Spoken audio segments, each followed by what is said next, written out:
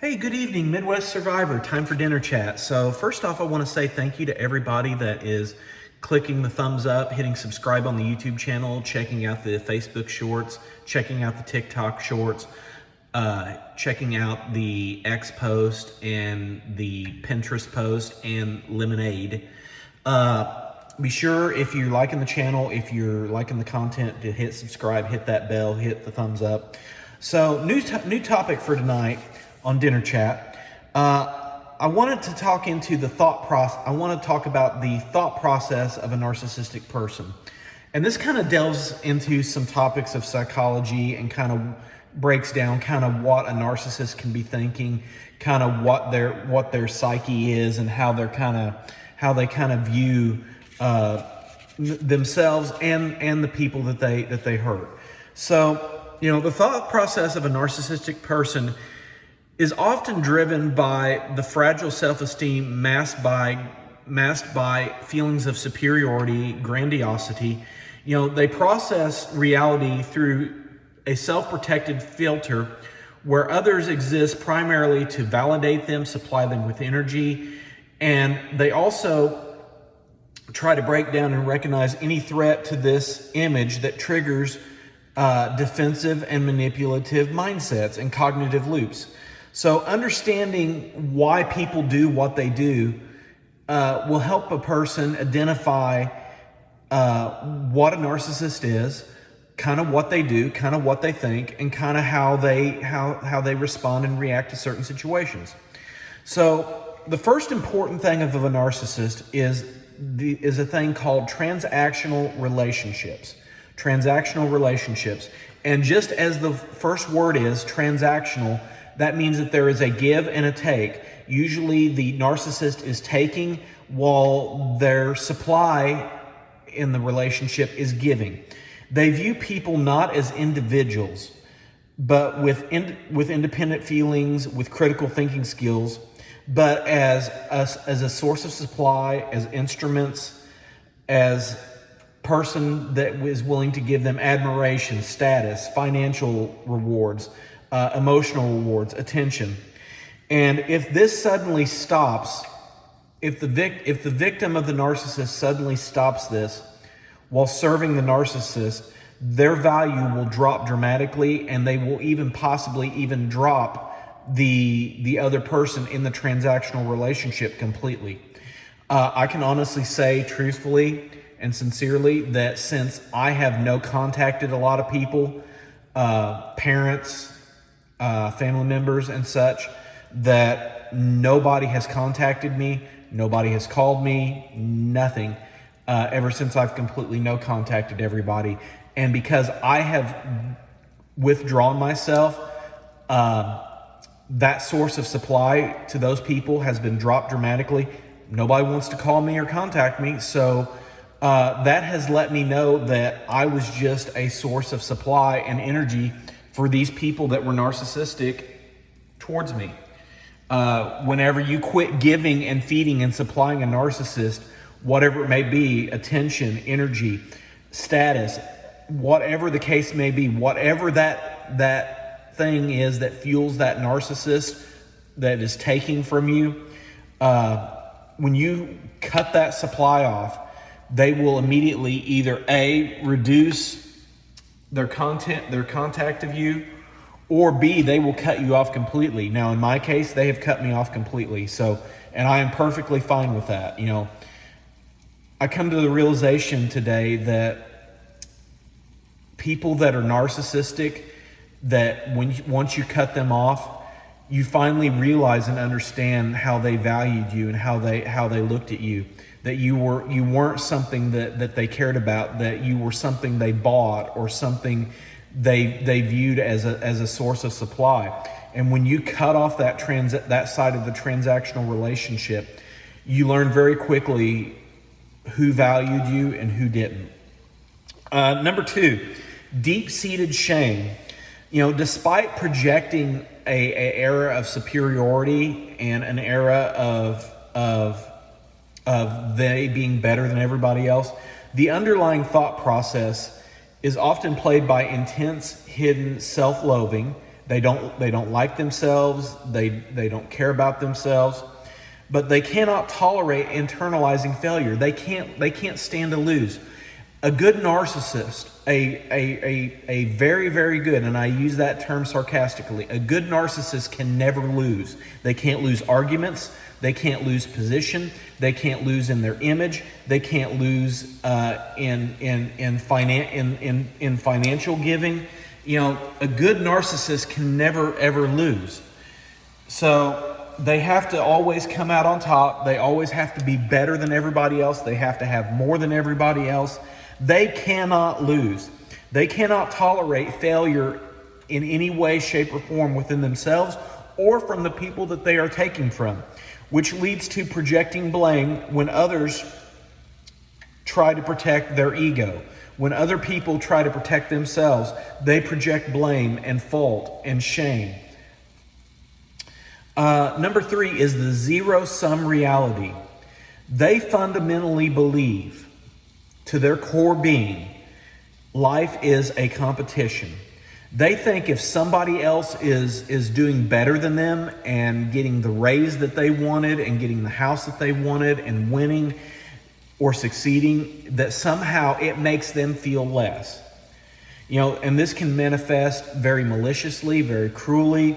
It can manifest with envy or the need to launch smear campaigns to make themselves feel better. I can honestly say I dealt with people in my previous relationship that they could not stand the fact that somebody else got a raise, that somebody was making more money than them, that somebody got a better house than them, that somebody got a better car than them, and they couldn't, or even deeper, if somebody rejected them as a friend, rejected them in a relationship, rejected them in any way, shape, or form, they could not handle that.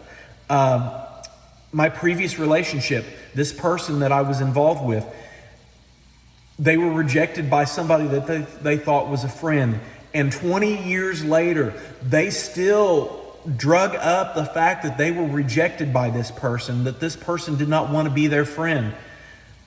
The zero-sum reality was that they could not handle the fact that somebody rejected them. A narcissist can never accept the fact that somebody does not want them and does not want to be with them, and they cannot handle that. It causes them sleeplessness and anxiety, and they will do anything and everything to destroy the person that rejected them.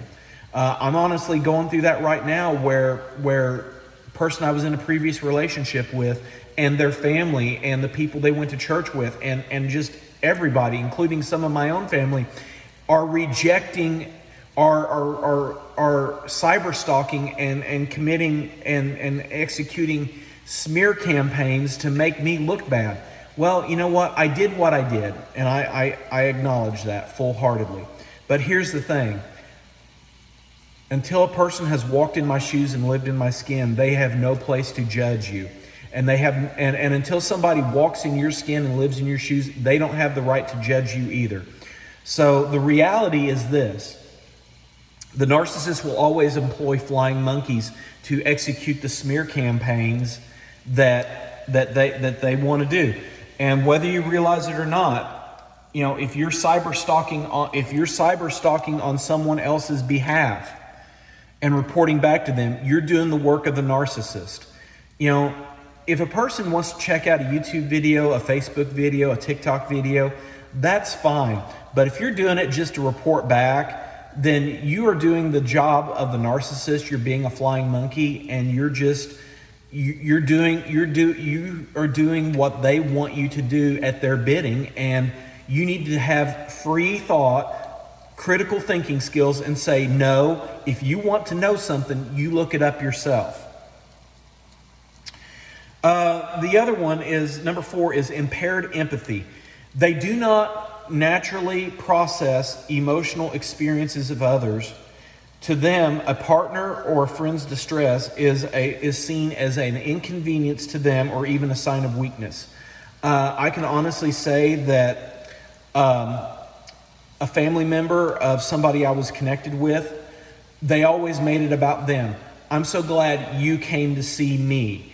No, I'm not going to do this unless they come to me. No, I don't care about this person because they did blah, blah, blah, blah, blah.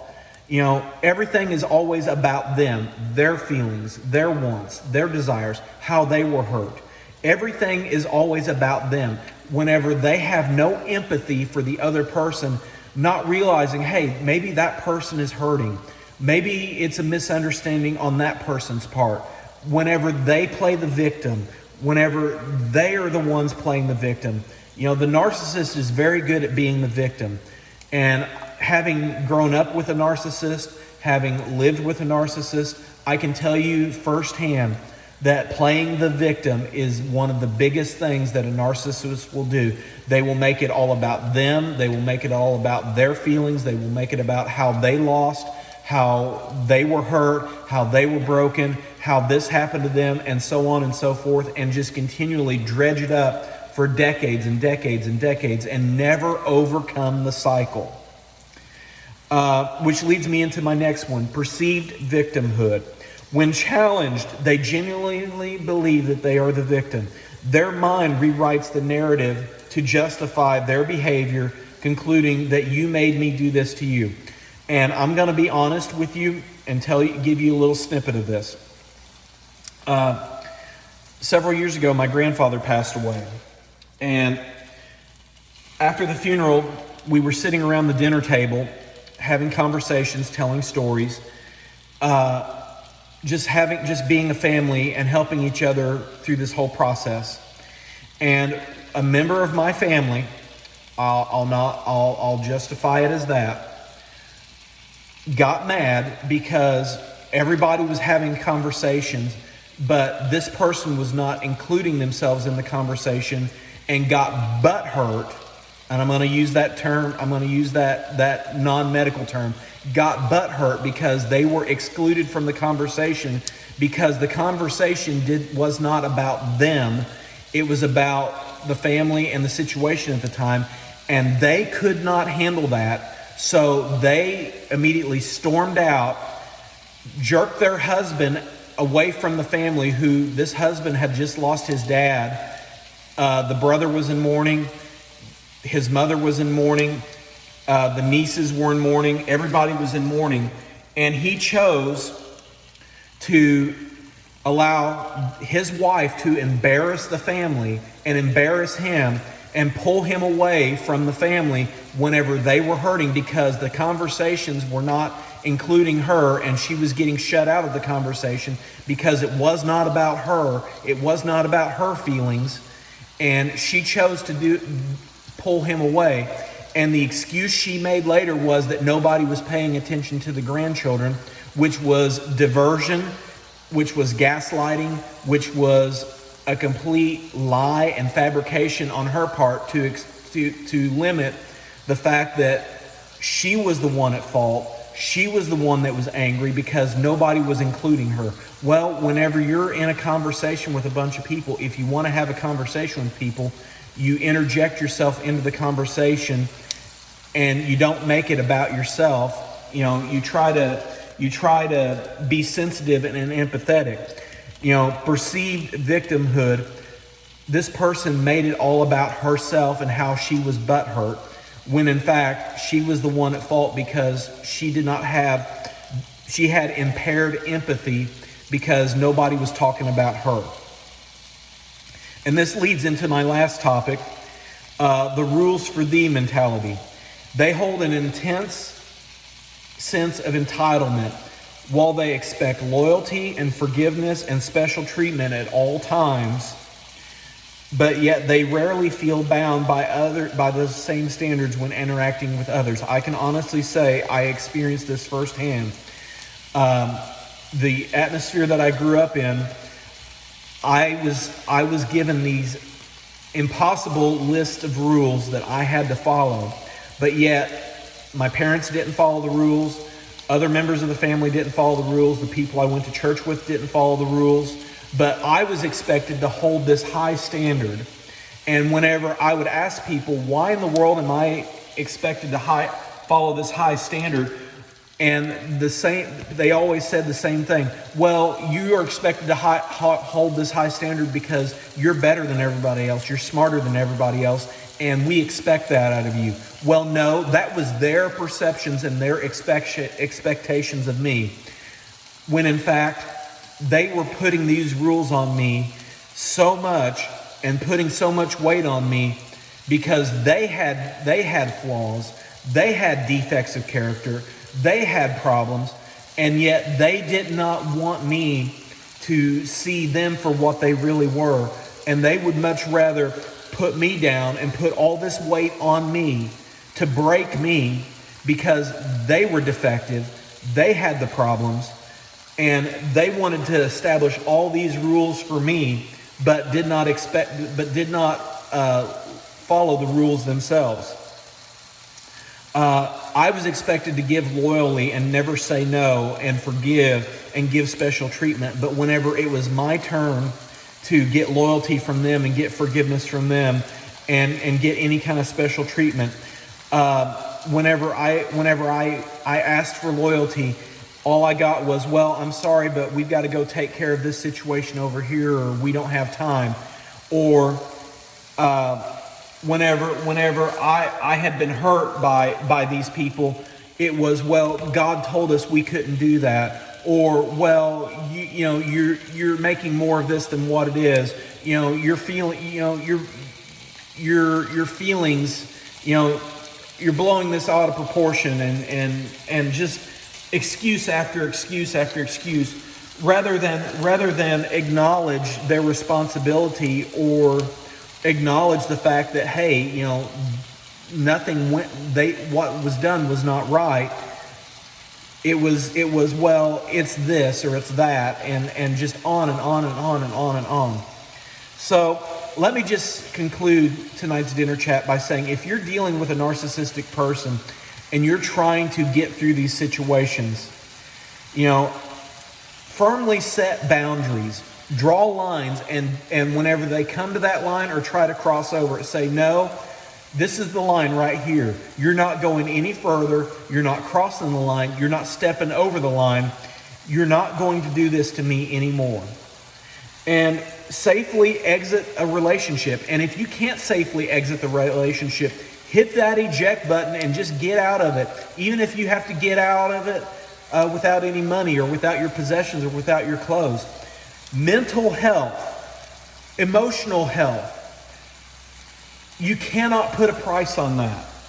And I'm saying that from 9.5 years of a dysfunctional, toxic, gaslighting, emotionally, verbally abusive marriage.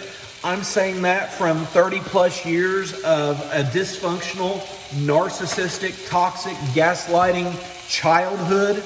I'm saying that from years of being in the workforce and being around emotionally abusive, verbally abusive, and sometimes even physically abusive people. I'm saying that from 20 plus years of church abuse, where I was physically abused, verbally abused, emotionally abused, and neglected. And ladies and gentlemen, my friends, you have to help yourself. Because if you're in a narcissistic situation, whether it's through a job, through a marriage, through a relationship, through a family, through a church, whatever the case may be, the narcissist is not going to help you. That narcissistic partner is not going to help you. That narcissistic parent is not going to help you. That narcissistic pastor or church member is not going to help you. They are only going to use you for toxic supply and keep abusing you and misusing you as long as you allow it. But when you set a boundary and you draw that line in the sand and say, you're not coming any further, you're not going any further, you're going to stop right here because I'm not putting up with it anymore. If you have to bail out of every relationship you are and start off alone, it is much better to start off by yourself and find a place of peace and quiet and get strong and get healthy, both physically, mentally, and emotionally, and come back as a new person. And it's not being mean, it's not being cruel, it's just saying, I'm not putting up with this anymore, and I'm not tolerating this anymore, and you can like it or you can go on down the road. So Midwest Survivor, I want you to be healthy. I want you to get healthy. I want you to stay healthy. Be strong, get strong, stay strong. Y'all have a good night. I'll see you for breakfast bits. Take care.